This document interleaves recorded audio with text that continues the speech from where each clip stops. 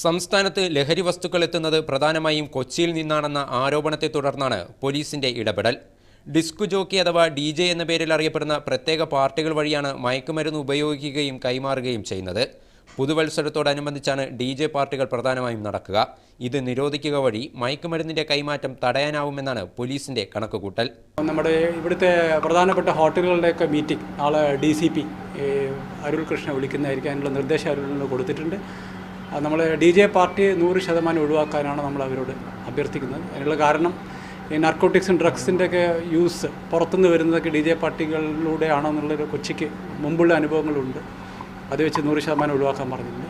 DJ പാർട്ടികൾ മറ്റു പേരുകളിൽ നടത്താൻ ശ്രമിച്ചാലും പോലീസ് തടയും. ഫ്ളാറ്റുകളിലും ഹോട്ടലുകളിലും പരിശോധന കർശനമാക്കും. മദ്യത്തിന്റെ കടത്തു തടയുന്നതിന്റെ ഭാഗമായി വാഹന പരിശോധന ആരംഭിച്ചു. പുതുവത്സര തലേന്ന് രാത്രിയാത്രകൾക്ക് കർശന നിയന്ത്രണം ഏർപ്പെടുത്തും. 1500 പോലീസുകാരെയാണ് നഗരത്തിലെ ക്രമസമാധാനത്തിനായി നിയോഗിക്കുക. JK Ansar, media 1, Kochi.